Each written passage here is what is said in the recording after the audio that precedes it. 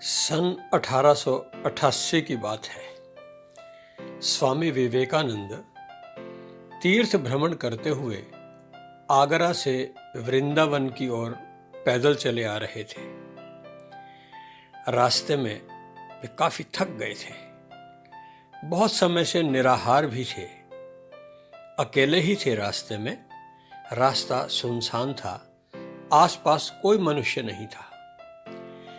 रास्ते में देखा एक आदमी बैठा चिलम पी रहा था। स्वामी जी का मन किया कि वह भी उसकी चिलम के कुछ कश लें। उन्होंने उस आदमी से कहा, भैया कहो तो एक कश मैं भी ले लूं।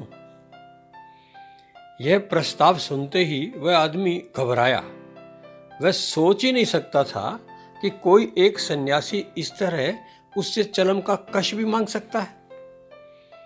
हड़बड़ाकर बोला, स्वामी जी मैं दे तो दूं, पर एक परेशानी है। यह चिलम मेरी झूठी है और मैं हरिजन हूं। यह सुनते ही स्वामी जी के पुराने संस्कार जाग उठे। वे बिना चिलम पिए आगे बढ़ गए, परंतु रास्ते भर उनकी अंतरात्मा उनसे प्रश्न पूछती रही, तुम कैसे सन्यासी हो? तुम कहते हो सभी में एक परमात्मा का निवास है। अब यह परमात्मा इस हरिजन में से कहां चला गया? यही है तुम्हारा वेदांत? आत्मा की धिक्कार सुनकर विवेकानंद वापस लौटे। काफी दूर तक चले गए थे, परंतु वापसी की इच्छा के कारण से थकान भी याद न रही। वे उसके पास आए।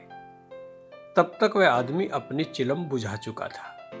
स्वामी जी ने उसके हाथों से चिलम तैयार करवाई और फिर पीकर आगे चले गए। अब उनकी आत्मा पर कोई बोझ नहीं था।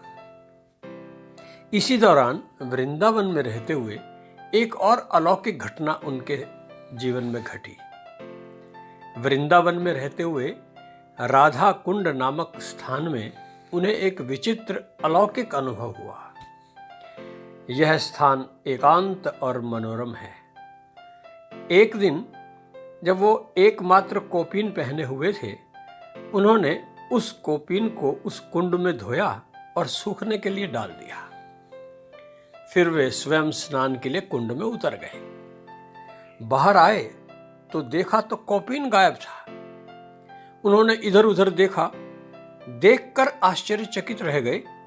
एक बंदर उस कोपीन को लिए हुए एक वृक्ष की ऊंची डाल पर मजे से बैठा था। विवेकानंद जी को डर लगा। उन्होंने मन ही मन प्रभु से प्रार्थना की कि ये बंदर उन्हें ये कोपीन लौटा दे, परंतु प्रार्थना का कोई प्रभाव नहीं हुआ।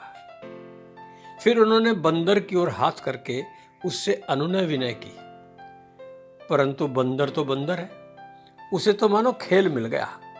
जैसे ही वे बंदर की ओर इशारा करके विनय करते, बंदर उसका जवाब मुंह बना कर देता।